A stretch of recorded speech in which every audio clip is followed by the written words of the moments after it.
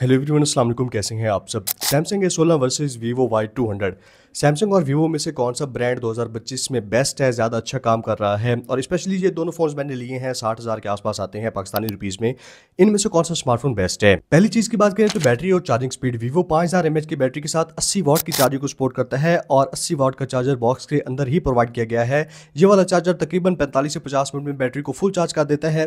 Samsung 5000 mAh की battery के साथ आता है और 25 वाट की चार्जिंग को सपोर्ट करता है। चार्जर आपको 2250 का आता है। सैमसंग का ओरिजिनल चार्जर अलग से परचेज करना पड़ेगा, जिससे इसकी कीमत भी 3-4 हज़ार रुपए ज्यादा हो जाती है Vivo से। और ये 25 वाट का चार्जर इसकी बैटरी को तकरीबन 1 घंटा 10-15 मिनट में फुल चार्ज कर देता है। अगर बैटरी लाइफ की बात करते हैं तो तकरीबन, क्योंकि कैपेसिटी दोनों में सेम है, तकरीबन सेम ही बैटरी लाइफ देखने को मिलेगी। लेकिन MediaTek Helio G99 क्योंकि थोड़ा सा पावर एफिशिएंट प्रोसेसर है, तो यहाँ पे तकरीबन आधा घंटा 40 मिनट आप स्क्रीन ऑन टाइम ज्यादा एक्सपेक्ट कर सकते हैं सैमसंग में, क्योंकि यहाँ पे 90 हर्ट्ज डिस्प्ले है, यहाँ पे 120 हर्ट्ज है। तो यहीं पे नेक्स्ट चीज की बात कर लेते हैं, डिस्प्ले। Vivo Y200 में 6.7 इंचेस का 120 हर्ट्ज रिफ्रेश रेट के साथ एमोलेड डिस्प्ले प्रोवाइड किया गया है। सामने पंच होल डिस्प्ले है और इन डिस्प्ले फिंगरप्रिंट स्कैनर देखने को मिल जाता है। बेजल्स कम है, चिन भी बहुत कम देखने को मिलती है। सैमसंग में 6.78 इंचेस का थोड़ा सा बड़ा डिस्प्ले है, ऊपर नॉच देखने को मिलती है, नीचे बड़ी सी चिन है और फिंगरप्रिंट साइड पे प्रोवाइड किया गया है। एमोलेड डिस्प्ले है लेकिन 90 हर्ट्ज के रिफ्रेश रेट के साथ आता है।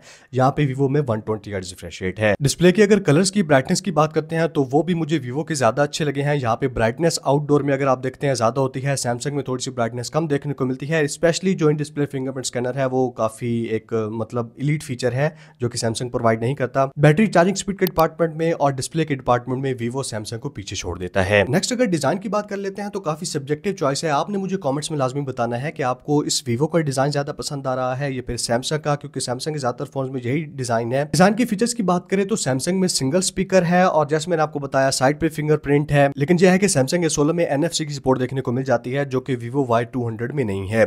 लेकिन Vivo Y200 में डुअल स्टीरियो स्पीकर्स हैं, यानी कि स्पीकर्स की आउटपुट ज्यादा अच्छी है, लाउड है, बेस ज्यादा देखने को मिलती है। इन डिस्प्ले फिंगरप्रिंट स्कैनर है और उसके अलावा बैक साइड पे AI ऑरा लाइट भी प्रोवाइड की गई है जो कि फोटोज में स्पेशली लो लाइट में काफी हद तक काम आती है। ऐसे ही गिमिक फीचर नहीं है। और जब नोटिफिकेशंस वगैरह आते हैं ना, तब भी ये वाली लाइट ब्लिंक करती है। अगर आप मेरी तरह आदत है फोन उल्टा रखने की, तो ये वाले फीचर्स डिज़ाइन में एक्स्ट्रा हैं। मैं अगर पर्सनली बताऊं डिज़ाइन में, तो मैं क्योंकि NFC इतनी ज़्यादा यूज़ ही नहीं करता कॉन्टैक्टलेस पेमेंट्स वगैरह के लिए, ओवरऑल मुझे जो डिज़ाइन है वो Vivo Y200 का ज़्यादा स्लीक, मॉडर्न और फीचर्स वाइज भी ज़्यादा रिच लगता है। बाय द वे, इस तरह की वीडियोस बनाने में काफ़ी मेहनत लगती है। अगर आपको कहीं पे भी वीडियो पसंद आए, वीडियो को लाइक करके, कमेंट करके चैनल को सब्सक्राइब कर सकते हैं। और थैंक्स टू वकार भाई जिन्होंने मुझे दोनों स्मार्टफोन कंपेरिजन के लिए प्रोवाइड किए हैं। जंग 18 जारी से हैं, उनकी शॉप को डेफिनेटली चेकआउट कर सकते हैं। नेक्स्ट अगर परफॉर्मेंस और सॉफ्टवेयर की बात करें तो दोनों फोन 8GB 256GB वाले वेरियंट है मेरे पास तकरीबन 60 से 62 हज़ार में मिल जाते हैं। मेन चीज ये है कि Vivo में 1 से 2 साल के सॉफ्टवेयर अपडेट्स आएंगे, जबकि सैमसंग 6 साल के सॉफ्टवेयर अपडेट्स इस स्मार्टफोन के लिए प्रोवाइड करेगा, जो कि काफी बड़ी अपग्रेड बन जाती है इन दोनों स्मार्टफोन की अगर कंपैरिजन की बात करते हैं। बाकी प्रोसेसर की भी बात करते हैं ना, यहाँ पे स्नैपड्रैगन 685 का प्रोसेसर है। सैमसंग में MediaTek Helio G99 का प्रोसेसर है, जिसके GPU पे स्कोर ज्यादा आते हैं, AnTuTu पे बेंचमार्क ज्यादा आते हैं।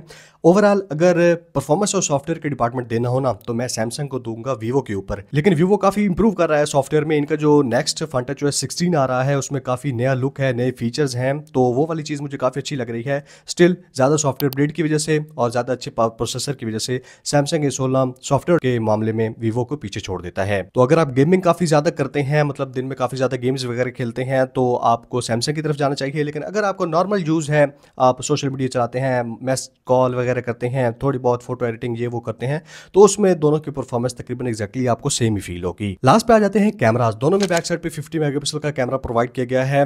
Vivo में जो दूसरा बैक साइड पे मेन कैमरा है वो 2 मेगापिक्सल का है, सामने 32 मेगापिक्सल की सेल्फी के साथ आता है। सैमसंग में 13 मेगापिक्सल का सेल्फी कैमरा है, लेकिन इसका अपर्चर कम है, जिसकी वजह से ना लो लाइट में अगर आप सेल्फीज लेते हैं तो सैमसंग की ज्यादा अच्छी आती हैं। हमेशा से मैंने कहा है कि मेगापिक्सल सारी चीजें नहीं होती, सेंसर का साइज कैसा है, अपर्चर कितना है, वो चीज काफी मैटर करती है। अब Vivo का बेशक 32 मेगापिक्सल का सेल्फी कैमरा है, लेकिन सैमसंग का 13 मेगापिक्सल का सेल्फी कैमरा इससे ज्यादा अच्छा परफॉर्म करता है।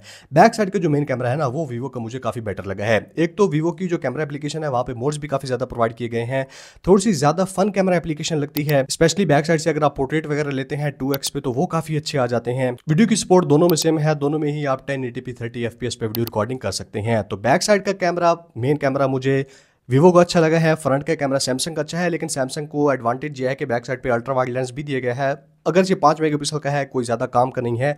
बहुत अच्छी लाइटिंग जहाँ पे होगी वहाँ पे किसी हद तक ठीक ठाक होगा, लेकिन लो लाइट में तो इसको भूल जाएं।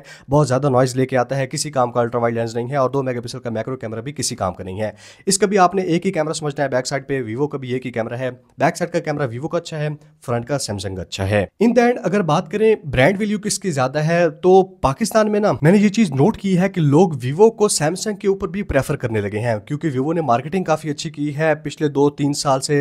हर 2-3 महीने बाद, 4 महीने बाद इनका फोन आ रहा होता है। स्पेशली इन्होंने अपने कैमरास पे, बैटरी चार्जिंग स्पीड पे काफी फोकस किया है। कोई क्लेम वगैरह नहीं है, यानी कि कोई मसले मसाइल नहीं आते। काफी ड्यूरेबल स्मार्टफोन्स हैं, कोई शिकायत ना हो ना तो वो चीज वैसे ही ब्रांड बन जाती है। वीवो ने अपनी क्वालिटी पे कभी भी कंप्रोमाइज नहीं किया। लेकिन ये चीज जरूर है कि सैमसंग क्योंकि साल में एक बार आता है, तो इनकी जो मतलब रीसेल वैल्यू है ना, वो थोड़ी सी ज्यादा रहती है। अगर आप इसको मार्केट में बेचने जाएंगे या वीवो को बेचने जाएंगे, तो एक तो सिटीज पे भी डिपेंड करता है। जहां पे मेरा शहर है जंग में, लोग सैमसंग को परचेज ही नहीं करते इतना ज्यादा, इसकी मतलब रीसेल या वो चीज नहीं है। वीवो काफी ज्यादा बिकता है। वैसे आपने कमेंट्स में लाजमी बताना है कि आपकी सिटी में ना लोगों के पास आप कौन सा फोन ज्यादा देखते हैं। आपने सैमसंग लोगों के पास ज्यादा देखा है या फिर वीवो के फोन ज्यादा देखे हैं? क्योंकि ट्रस्ट में अगर मैं अपने आसपास बात करूँ ना, सारे लोग वीवो ही ज्यादा यूज कर रहे होते हैं, सैमसंग मुझे बहुत कम नजर आता है। तो इन द एंड मेरी चॉइस आ जाती है कि अगर मेरे पास 60,000 का बजट हो तो मैं इन दोनों में से कौन सा स्मार्टफोन पिक करूंगा। तो पर्सनली मैं वीवो Y200 की तरफ जाऊंगा। इसके ज्यादा मॉडर्न डिस्प्ले की वजह से, इसके बैक साइड के मेन कैमरा की वजह से AI ऑरा लाइट मुझे काफी अच्छी लगती है। स्पेशली जो डिजाइन है ना, हाथ में काफी स्लिम और स्लीक स्मार्टफोन फील होता है। सैमसंग एक बड़ा बॉक्सी सा और बहुत बड़ा सा स्मार्टफोन लगता है, जो कि उठाने में काफी हद तक अनकंफर्टेबल हो सकता है। लेकिन ये चीज जरूर है कि अगर आप पहले सैमसंग यूज करते हैं ना, आपने पिछले 1-2 साल में 6 महीने में सैमसंग ही यूज किया है, तो मैं आपको मशवरा दूंगा आप सैमसंग पे ही अपग्रेड करें। वीवो या किसी और ब्रांड की तरफ ना जाएं। आपको जो सॉफ्टवेयर है ना, वो मजा नहीं देगा। मजीद कोई क्वेश्चन हो कमेंट्स में पूछ सकते हैं। Thank you so much. Good bye.